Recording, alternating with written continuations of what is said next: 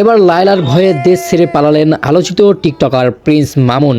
Finally আল্লাহর রহমতে কোনো ধরনের ঝামেলা ছাড়াই সৌদি আরব ল্যান্ড করলাম। এখন মারা যাওয়ার পরও আমি আল্লাহর কাছে আমি বিচার দিয়ে যাব। আমি বলে দিতে চাই, আমি মারা গেলেও যেন রাষ্ট্র আমার মামলাগুলো পরিচালনা করে।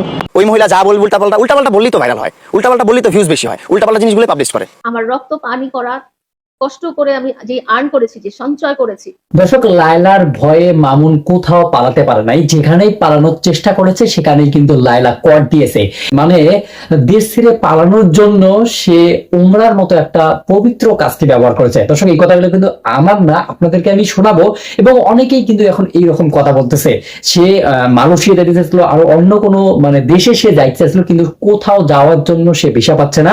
লায়লা সবগুলো অফ করে দিয়েছে। এখন সে আসলে এই যে সৌদি আরবে গেছে উমরা করার জন্য, কিন্তু উমরা করতে গিয়ে আসলে কি করতেছে এরাই কিন্তু প্রমাণ হয়ে যাচ্ছে যে সে পালানোর জন্য সৌদি আরবে গেছে। দেশের মধ্যে সে টুপি পাঞ্জাবি পরে সেই রকম একটা গেটআপ নিয়ে গেছে, কিন্তু সৌদি আরবে গিয়ে কি করতেছে সেটাই কিন্তু আপনারা দেখতে পারবেন। সর্বপ্রথম আপনাদেরকে কিছু ভিডিও ফুটেজ দেখাবো, কিছু ইন্ট্রো ভিডিও আছে, কি কিছু হিডেন ক্লিপ আছে, সবকিছু কিন্তু আপনারা দেখতে পারবেন।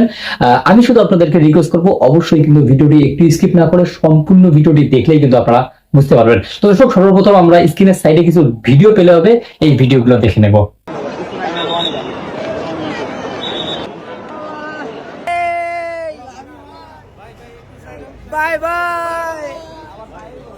যারা যারা উমরা করতে চান, বাঙালি ভাই ব্রাদার, মুসলিম ভাই ব্রাদার যারা আছেন, সবার সাথেই দেখা হবে। দামাম আল হাসাতে আমি আসতেছি।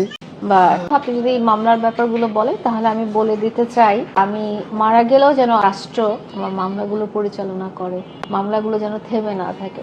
আসসালামু আলাইকুম এভরিওয়ান, কি অবস্থা, কেমন আছেন? আলহামদুলিল্লাহ, ফাইনালি আল্লাহর রহমতে কোনো ধরনের ঝামেলা ছাড়াই সৌদি আরব ল্যান্ড করলাম। এখন আছি দাম্মামে, দাম্মাম আল হাসান, এটা আল হাসা। এখানে আমার সম্মানিত ভাইরা আছে, হায়দার ভাই, আমাদের মিডল ইস্টের one of the best TikTok gifter. এখানে হচ্ছে মোশারফ ভাই, এখানে হৃদয় ভাই, সজীব ভাই, আরো তো অনেক আছে।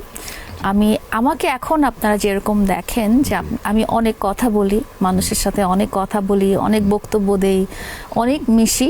আমি খুব লোনলি ছিলাম। আমি একদমই বলে না যে আগলি ডাকলিং। একটা ছোটবেলায় মনে হয় আপনার একটা হ্যান্স ক্রিশ্চিয়ান অ্যান্ডারসেনের গল্প পড়েছেন কি না, কুৎসিত হাঁসের ছানা, আগলি ডাকলিং। সেখানে দেখা গেছে কি যে একটা বাচ্চা নিজেকে মনে করতো যে আমি রাজহাঁসের বাচ্চা, মনে করতো যে আমি দেখতে খুবই খারাপ অন্য মানুষের কাছে। তো আমারটা ওরকম ছিল যে আমার মনে হতো যে আমি একটু লোনলি থাকি, সবার সাথে মিশতাম না আমি, সবাই আমাকে ওভাবে নোটিসও করতো না। আমার না মাঝে মাঝে নিজেকে অদৃশ্য মনে হতো যে আমি মনে হয় এই ফোরামের মধ্যে নাই। এখানে হচ্ছে মোশারফ ভাই, এখানে হৃদয় ভাই, সজীব ভাই, আরো তো অনেক আছে। সবার নাম বলতে গেলে যে এখানে বানিয়েছে, সবগুলো শেষ করতে আমার খেয়ে।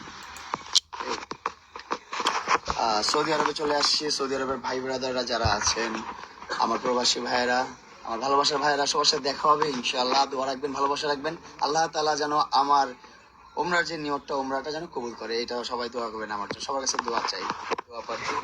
মোশারফ ভাই, জি ভাই, আপনার দোকানে যে কালকে যে আমি 17 Pro Max আনবক্স করবো, এটা বলেন না কেন? আপনি ভয় পান নাকি?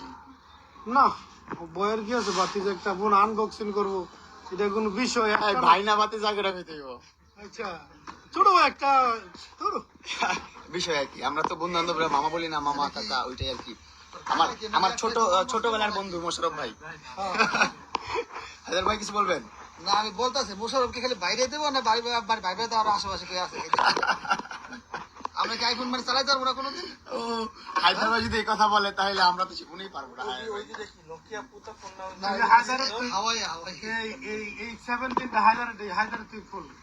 আমি একটা 17, হায়দার ভাই একটা।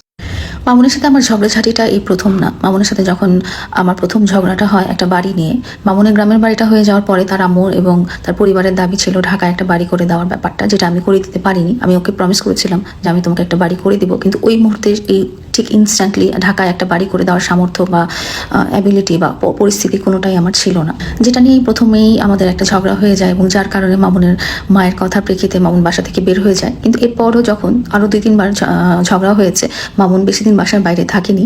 ও কিছুদিন পরেই চলে আসতো, কখনো 1 মাসের মতো বাইরে কোনোদিনও সে ছিল না। কিন্তু এইবারের ঝগড়াটায় কেন আমাদের সম্পর্কের ভাঙনটা এনে দিল? কখনো কিন্তু এর আগের ঝগড়াতে আমাদের সম্পর্কের ভাঙন হয়নি। ঝগড়া করেছে, ও রাগ করে চলে গেছে এবং কিছুদিন পরে রাগ ভাঙিয়ে চলে আসে যখন সে বুঝতে পেরেছে যে তার দাবিটা যৌক্তিক ছিল না।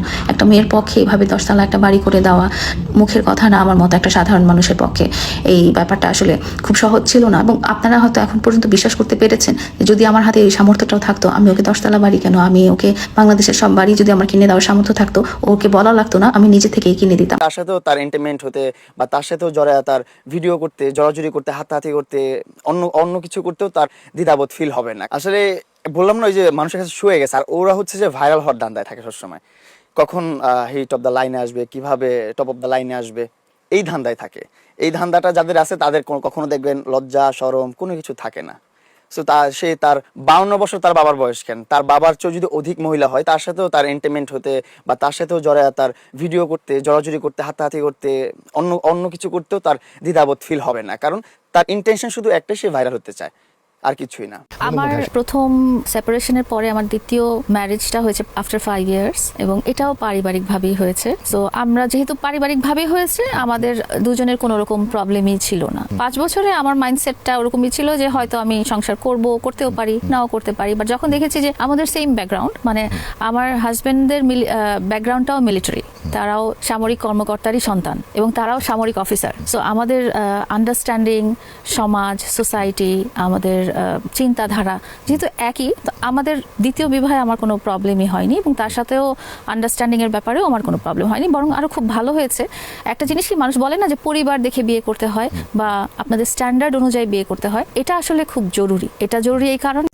তো দর্শক, এতক্ষণ থেকে কিন্তু আপনাদেরকে অনেকগুলো ভিডিও ফুটেজ দেখানো হয়েছে, অনেকগুলো তথ্য আমি আপনাদেরকে দেওয়ার চেষ্টা করেছি। মামুন বাংলাদেশের মধ্যে থেকে বলেছিল যে সে উমরা করার জন্য সৌদি আরবে যাচ্ছে, সৌদি আরবে গিয়েছে, কিন্তু সেখানে গিয়ে আসলে সে যেই রকম কাজকর্ম করতেছে, তার মানে লাইভ ভিডিও বা অন্যান্য প্রমোশন ভিডিও এইগুলো দেখার পর আসলে কেউ বলবে না যে সে সেখানে উমরা করার জন্য গেছে। সে আসলে মজামস্তি করার জন্য গেছে বা অন্য কোনো কারণ তার আছে, মানে ইসলামের দিক থেকে বা যেটার দিক থেকে আপনি বলেন না কেন, সে উমরা করার জন্য যায় নাই।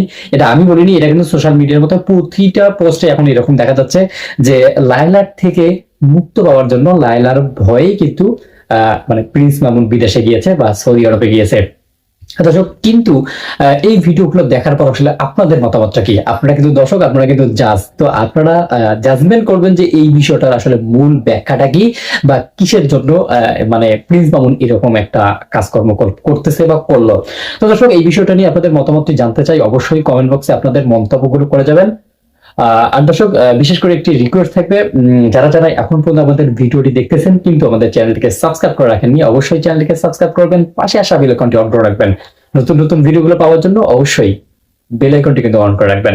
দর্শক, ভিডিওটি শেষ করছি এখানেই, আবার দেখা হচ্ছে নতুন কোনো ভিডিওতে, নতুন কোনো টপিক নিয়ে। ততদিন পর্যন্ত ভালো থাকুন, সুস্থ থাকুন, আল্লাহ হাফেজ।